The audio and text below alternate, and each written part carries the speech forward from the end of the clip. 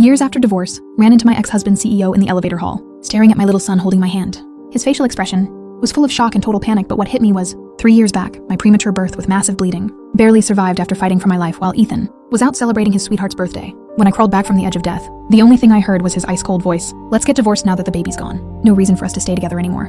Little did he know, I'd fought with all my strength to save that child, who was now lying in the neonatal intensive care unit that kid he thought was lost forever. 3 years later, this lively boy stands right in front of him. That day, I opened the front door and saw Ethan gently holding Sophia, whispering sweet nothings. The guy always so cold and distant around me was now smirking, with a look I'd never seen before. They sat side by side on the couch I picked out for our home, holding hands, so tightly, together, turning all my hopes into a bad joke. I froze right there. My elbow accidentally bumped the door frame real hard, finally alerting the two chatting happily inside. They noticed my presence, and both turned to look at me. Sophia's face changed instantly. She quickly pulled her hand out of Ethan's palm. He stood up from the couch. Their tangled fingers showed his panic and unease, but I just glanced coolly at his hesitant face, then looked away and stared calmly at Ethan. The man crossed his arms, looking grim as he stared at me. You shouldn't be home now. I gave a silent little laugh. Yeah, right on schedule. I'd normally be at the office handling his business. But today, halfway through work, I suddenly felt short of breath. Super uncomfortable. Waited a bit, but it didn't get better. My lower belly even started hurting faintly. I didn't waste time and had my assistant rush me straight to the hospital. After some checks, the doc told me I'm 2 months pregnant, due to my weak health and overwork, showing early signs of miscarriage. I went through a lot at the hospital to save the baby, seeing 2 months pregnant on the report. 2 months along, I finally felt thrilled after it sank in. First thing, I wanted to share this news with Ethan, since I knew he always wanted a kid, but I never expected Sophia to come back. That girl Ethan's loved since childhood, the obsession he couldn't let go even after she married someone else. I shut the door tight, walked calmly over to them. Sophia grabbed my hand right away. Lily sis, I just got divorced. Ryan, he's just comforting me, don't get the wrong idea. I let her hold my hand quietly, eyes drifting to her pale arm. So she got divorced. No wonder Ethan's been coming home late lately, ditching his own company completely. I let out a soft chuckle, feeling a deep chill inside.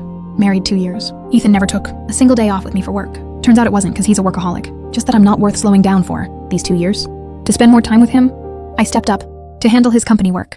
I pulled all-nighters with him, dealt with his stressful client dinners. Even my pregnancy almost ended in miscarriage from work overload. And now, while I'm suffering alone, during checkups he's with Sophia, even brought her to our marital home, holding hands openly. I felt like crying, but figured I deserved it. Who made me? Know full well he loved Sophia and still marry him. Who let me fall for him 10 years ago? Took a deep breath, felt my belly ache faintly again, silently gripped the test report in my pocket, forced a smile at Sophia.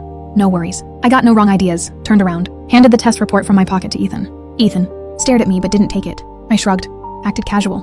You're gonna be a dad. Ethan paused a second, then took the thin A4 paper. He scanned it, super quick in half a moment, looked up calmly, no emotion showing as he said to me, tomorrow tell Grandpa the good news. Stay home these months. No office, just rest and take care of the baby. Sophia leaned over to peek at the report, put on a shocked happy face. Her eyes sparkled at me. Lily sis, you're gonna be a mom. Congrats. I didn't miss how she skipped Ethan's role on purpose, but seeing Ethan's indulgent look, I swallowed my words and smiled lightly at her.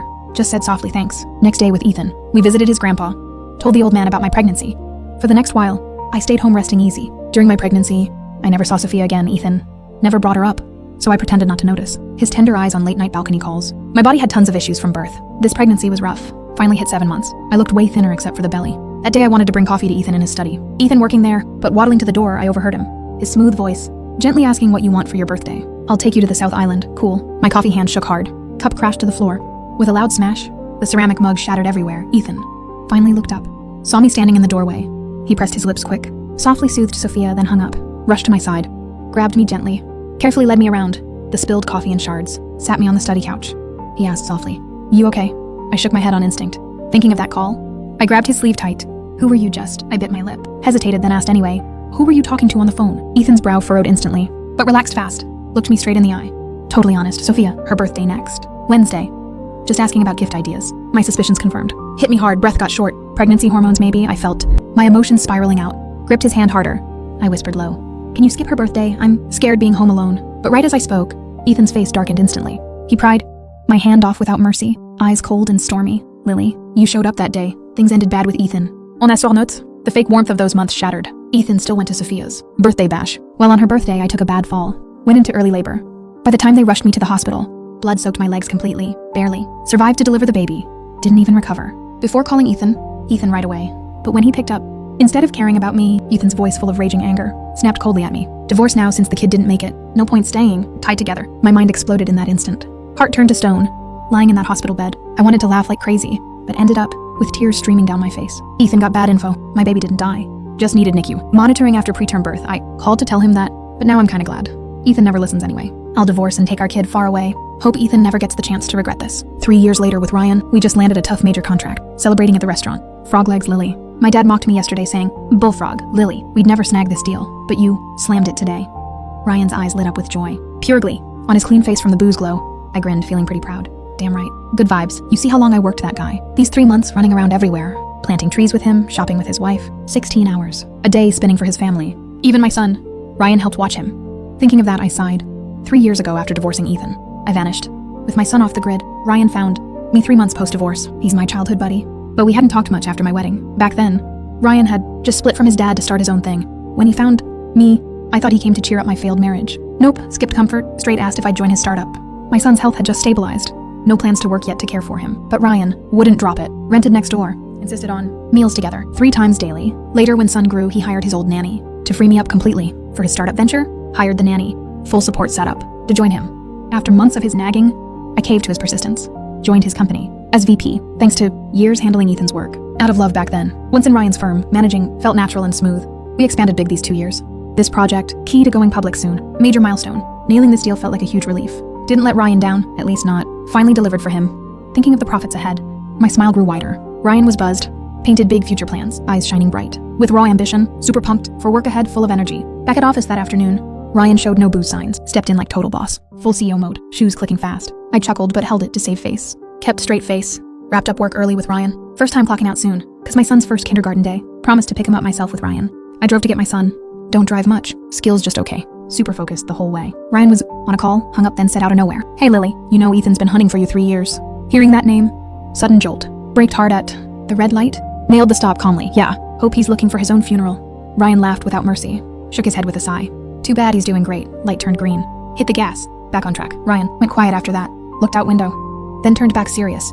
Lily, you really, over him for good. Dodged a lane cutter. Couldn't help laughing. After what he did, how could I not? Do I look that stupid? Saw the kindergarten ahead. Dropped the topic myself. Don't worry next time we meet. One of us ends up dead or no dealing with him. Words barely out. A kid darted across. Scared me stiff. Yanked the wheel quick. Bumped another car lightly. Lucky near. Kindergarten lot, so speeds were low. Other car braked fast. We just grazed. Barely touched. Kid who ran out vanished clueless. Looked at Ryan helplessly. Frustrated said, "Call 911. Ryan nodded. Handled the follow-up quick. Unbuckled sighing, open door. To talk payout with the other driver. But when they got out, I froze solid. Just said to Ryan unless dead no. Seeing Ethan again. Not even 5 minutes later. Slapped in the face hard. The car I nicked was Ethan's and riding shotgun. With him was Sophia. Damn. I turned to bolt. Ethan charged right up. Hey wait. Grabbed my wrist tight. His warm touch made me shiver all over. Deep breath about to shake him off. Ryan rushed in. Slapped Ethan's hand away hard. No holding back. Then a strong pull. Shielded me behind him. Grabbed Ryan's arm on reflex. Still reeling from Ethan's. Touch gross feeling. Nauseous beyond words. Ethan just touched me once. Wanted to chop off my arm. Calmed myself. Looked up coldly at Ethan. Cold, hard stare. Ethan facing off with Ryan. 2 guys same build staring down. No words needed. Tension thick as thieves. Checked my phone quick. Sun was out. Worried he'd wait too long at school. Tugged Ryan's arm. Tiptoed to whisper in his ear. Let insurance handle it. Lulu's out of school. Ryan pulled back his gaze. Leaned in like me. Whispered close to my ear. You go first, I'll sort this. Looked serious at me. Don't want him knowing about Lulu, right? Bit my lip, yeah. Exactly after Ethan's past crap. No way he learns about our son. Hesitated, then decided fully ignoring. Ethan's burning. Glare like fire. Nodded at Ryan. I'm out of here, stay safe. No fights with them. Ryan winked easygoing. No sweat, sis. I'm way more solid than him. I smirked. Dropped my head to leave, but Ethan wasn't letting me go easy. Stepped toward me sudden. Voice urgent hold. On wait, Lily.